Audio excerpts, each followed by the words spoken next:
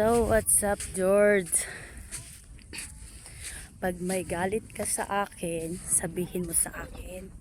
Hindi nagagalit ka sa akin. Wala namang ginagawang masama sa'yo. Kung maingkit ka, paghirapan mo.